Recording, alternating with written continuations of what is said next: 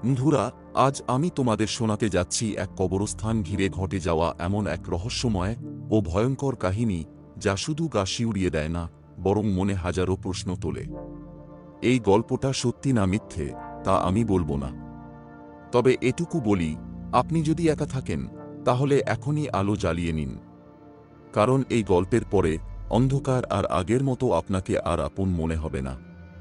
সেই অশুভ লাশ বছর 7 আগের কথা। বাংলাদেশের দক্ষিণাঞ্চলের এক ছোট্ট গ্রাম, চর সাগরদিঘি। চারদিক ঘিরে খাল, বিল আর কাঁচা রাস্তা। গ্রামের এক প্রান্তে পুরনো একটা কবরস্থান, যার অর্ধেকটা জঙ্গলে ঢাকা। লোকজন বলে কবরস্থানটা অভিশপ্ত। সন্ধ্যার পর কেউই ওদিকে পা রাখে না। এই কবরস্থানের দায়িত্বে ছিল এক বৃদ্ধ, রফিক চাচা। বয়স প্রায় 65, তবুও শরীরে দম ছিল বেশ। লোকে বলে তিনি অনেক কিছু জানতেন, এমন সব কিছু যা মানুষ সাধারণত মুখ ফুটে বলে না। এক রাতে হঠাৎ গ্রামের পাশের নদীতে একটা ভেসে আসা লাশ পাওয়া যায়।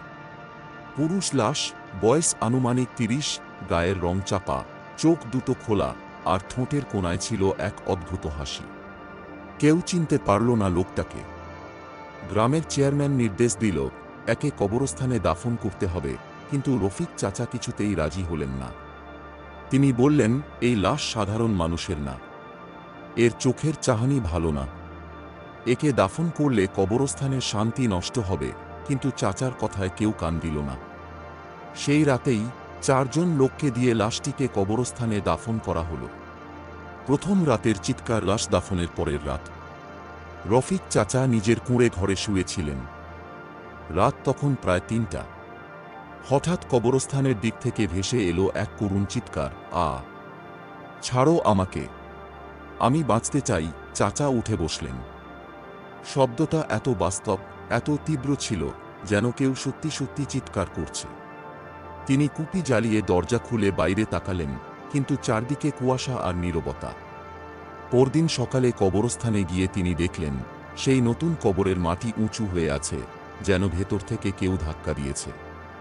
চাচা তখনই চেয়ারম্যানকে বললেন, এই কবর আবার খোঁড়েন, কিছু একটা ঠিক না। চেয়ারম্যান হাসলেন, চাচা, আপনি বেশি ভয় পান, এটা নিশ্চয় মাটির স্বাভাবিক সেঁধিয়ে যাওয়ার কারণে। কিছু না।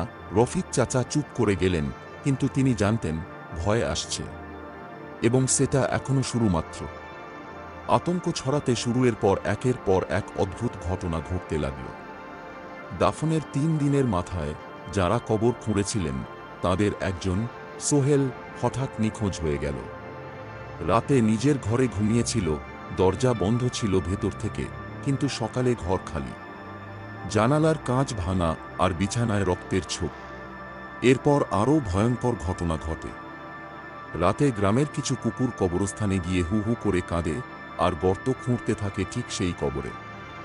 একজন স্থানীয় মাদ্রাসার হুজুর এসে বলেন, এই জায়গায় কিছু প্রবেশ করেছে, কিছু অশুভ যা ঘুমায় না। এটা মানুষ না, কিছু অন্যরকম। চেয়ারম্যান এবার ভয় পেয়ে যান। তিনি বলেন, কি করব এখন? হুজুর বললেন, আগে সেই কবরে গিয়ে কিছু তিলাওয়াত করতে হবে, আর সেই লাশ, তাকে সরাতে হবে। কবর খোঁড়ার রাত ঠিক করা হলো, চাঁদের আলোহীন এক নির্জন রাত।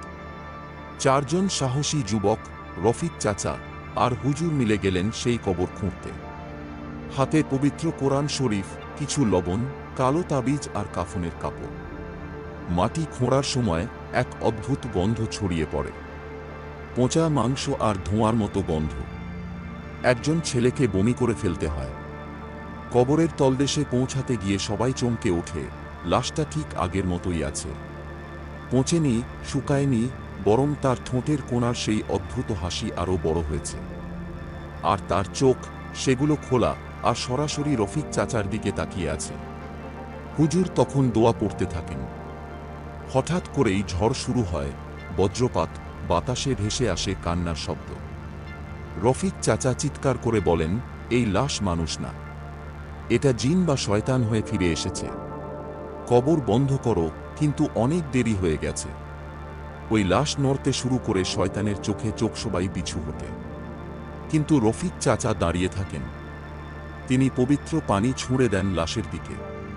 তখন সেই লাশ মুখ খুলে বলে, তোমরা জায়গা দখল করেছ, এটা আমার ছিল, আমি ফিরে এসেছি, আর কেউ বাঁচবে না। চাচার চোখে জল এসে যায়।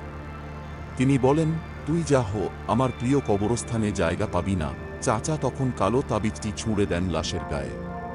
মুহূর্তেই সে ছটফট করতে থাকে, চিৎকার করে, আর চারদিকে কালো ধোঁয়ার ঘূর্ণি ছড়িয়ে পড়ে। হুজুর তখন সূরা বাকারার আয়াত তেলাওয়াত করতে থাকেন। এক বিকট শব্দে পুরো কবর কেঁপে ওঠে, আর তারপর সব নিস্তব্ধ। লাশটা আর ছিল না। কবরস্থানে শান্তিপর দিন সকালে কবর আবার পুঁতে দেওয়া হয়। হুজুর বলেন, এই জায়গা এখন শুদ্ধ। তবে মনে রেখো, কিছু কবর থাকে যেখানে শুধু মৃত নয়, অভিশাপও শোয়। রফিক চাচা এরপর আর কখনো কবরস্থানে রাত কাটাননি। তিনি বলেন, যে রাতে মাটি বেছে নেয় না, সে রাতে কেউ ঘুমায় না। আর গ্রামের মানুষ, তারা এখনো সন্ধ্যার পরে কবরস্থানের দিকে তাকায় না। সোহেলের হদিস আর পাওয়া যায়নি, কিন্তু এক এক রাতে কেউ কেউ বলে একজন লোককে দেখা যায় কবরস্থানের পাশে দাঁড়িয়ে থাকতে, চোখ দুটো খোলা, ঠোঁটে সেই অদ্ভুত হাসি। বন্ধুরা, এই গল্পটা যদি সত্যি হয়, তাহলে আমরা কি প্রস্তুত অশরীরীদের সেই জগতে পা রাখতে? আর যদি মিথ্যে হয়, তাহলে কেন আজও চর সাগরদিঘির মানুষ রাতে কবরস্থানের পথে যায় না? ভাবুন। আর মনে রাখুন, কবর সবসময় নীরব থাকে না, মাঝে মাঝে সেখান থেকেও গল্প বেরিয়ে আসে। ভয় পেলেন তো? তাহলে সাবস্ক্রাইব করুন, আর পরের গল্পের জন্য চোখ রাখুন।